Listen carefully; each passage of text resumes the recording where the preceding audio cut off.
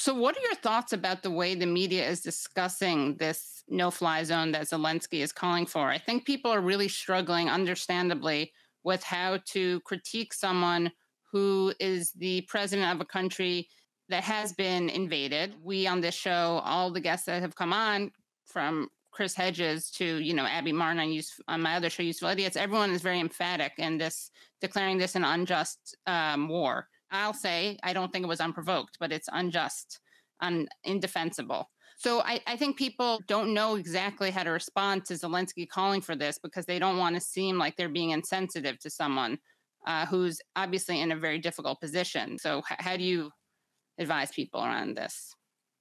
Well, look, there's a couple of things, maybe three things. One is the nature of this war. Obviously, it's a war.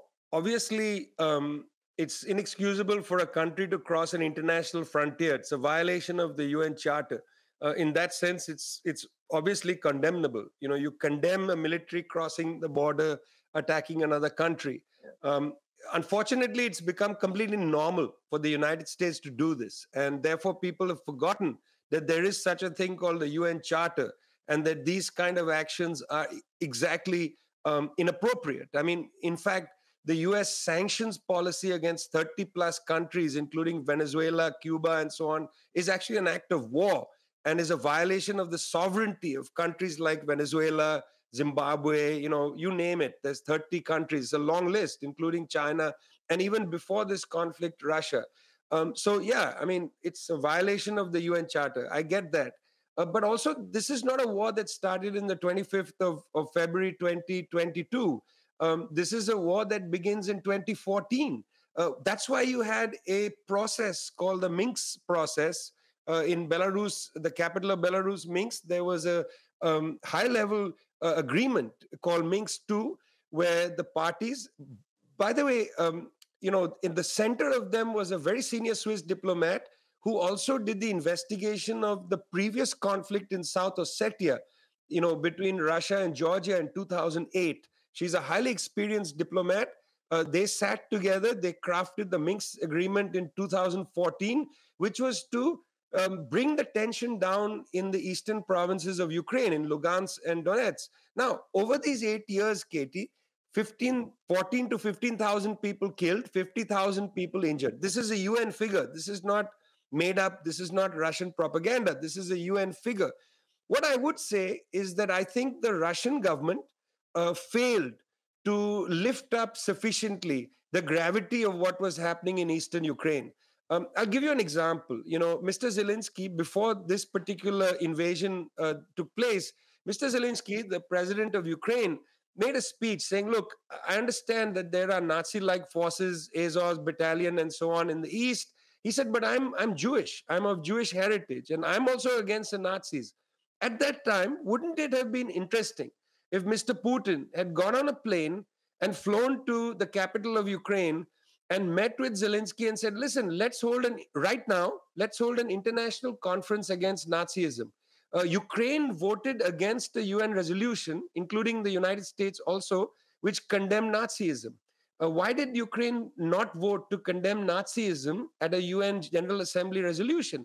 So Putin could have gone to the capital, sat with Zelensky, said, let's hold an international conference. Let's ask 193 countries to send representatives to condemn Nazism.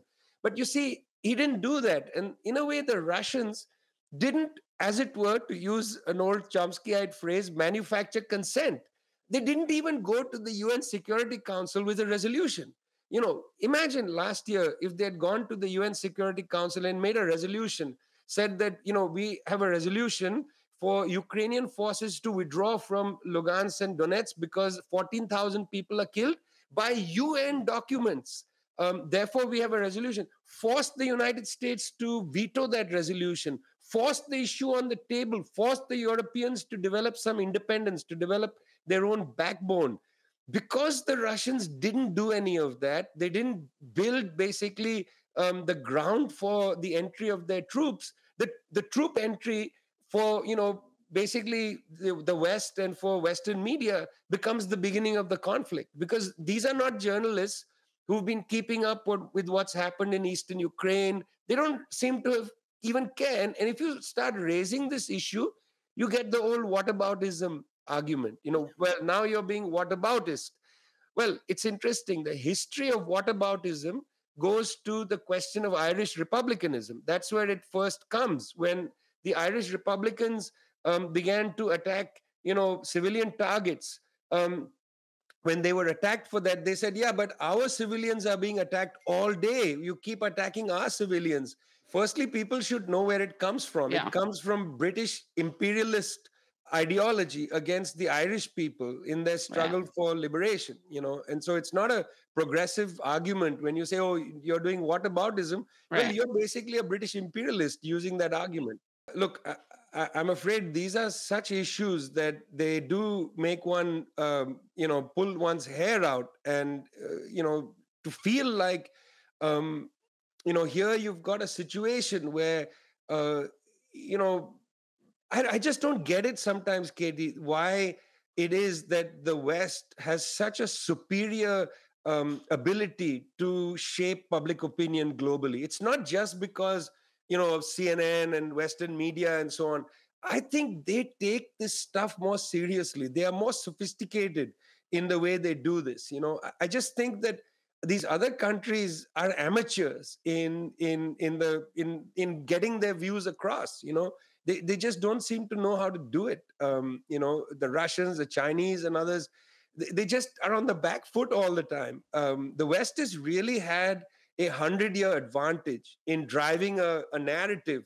And because of this international division of humanity, there's a way in which they have enormous consent inside their own societies that journalists, friends of mine, will always say, we were reporting the Syria war from Beirut, and you'd meet them and they'd say things like, I wish Obama did something, because the default assumption, even of relatively critical journalists, is that the United States is a benevolent power.